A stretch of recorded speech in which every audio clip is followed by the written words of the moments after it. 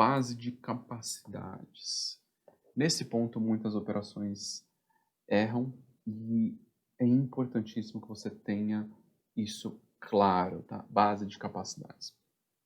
Para que serve a base de capacidades? Tá? Primeiro ponto, você vai entender aqui, óbvio, né? Base de capacidade, capacidade de produção, itens produzidos. Né? Então, você vai entender aqui o comportamento dos itens produzidos. Quando a gente fala de base de capacidades, só deixa eu ver o que eu escrevi aqui. Eu não escrevi, tá? Eu estou consultando aqui para ver se está completo o artigo, mas não está tão completo assim, então eu vou falar aqui. Quando a gente fala de base de capacidades, você precisa, de novo, ó, é um arquivo com linha e coluna, tá? Você pode ter máquinas, ferramentas, produção por hora, eficiência ou OEE, dependendo da sigla de eficiência, da forma que você analisa a eficiência da sua operação, pode ser OEE, nível de perda, que mais? Enfim, tem N, utilização de mão de obra, enfim, você vai construindo ali máquina. Vamos supor que você tenha uma ferramenta que vai em uma máquina, tá? Essa é a condição mais complexa, ok? Então, máquina, ferramenta, o produto correspondente. E aí você pode ter, por exemplo, a mesma máquina, outra ferramenta e outro produto correspondente, a mesma máquina, outra ferramenta, outro produto correspondente. E aí você vai compondo tudo que aquela máquina pode fazer, ok? E aí depois você vai colocando as outras máquinas logo abaixo. E aí você vai construindo uma base para entender a sua capacidade. E aí, legal, você tem essa base. Então você constrói o cabeçalho ali de máquina, ferramenta, produto que vai naquela máquina ou ferramenta, produção por hora, eficiência, enfim, várias outras coisas. Eu vou fazer um parênteses aqui. Provavelmente você tem erros na produção por hora da sua operação. Isso você vai corrigindo gradativamente, ok? De acordo com os itens mais importantes para os menos importantes. Gradativamente você consegue corrigir isso. Não utilize isso como desculpa para não construir uma base de capacidades. Você precisa da base de capacidades para poder entender o que fazer, que decisão você vai tomar no planejamento de produção, olhando para médio e longo prazo, tá? Mais médio prazo ali, 2, 3 meses. E é essa visão de médio prazo que entrega resultado. Sem a visão de médio prazo, você não consegue entregar resultado. Tem que ficar muito claro isso. Para você ter a visão de médio prazo, você precisa da base de capacidades.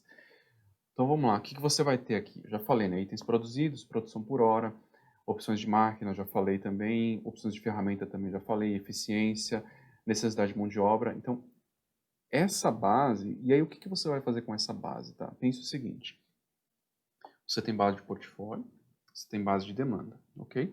Na base de portfólio, você conectou as duas ali. E nessas duas bases você vai ter o estoque, ok? E o estoque atual conectado com a demanda ali, você começa a projetar a necessidade de produção.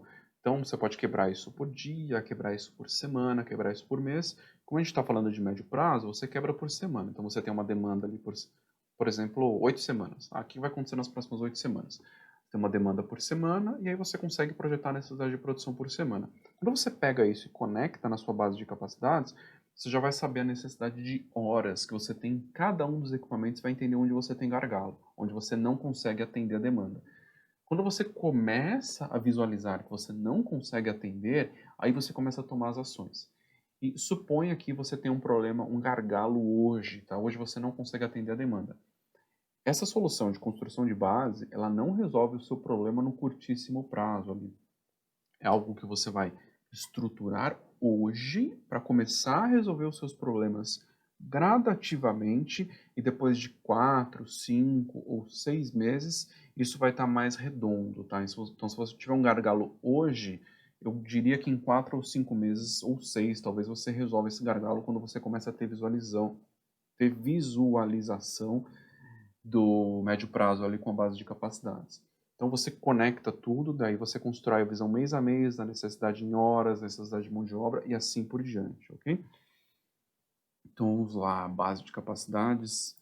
E tem uma infinidade de coisas para olhar na base de capacidades. Tá? Eu falei muito rápido aqui, mas tem muita coisa para olhar, como você analisa, como você compõe, como você constrói painéis, como que você projeta, como que você antecipa estoque para poder utilizar a sua produção, como você conecta isso com a projeção de estoque para não sobrecarregar a área de armazenagem, enfim, tem N coisas para você fazer, entregam muito resultado.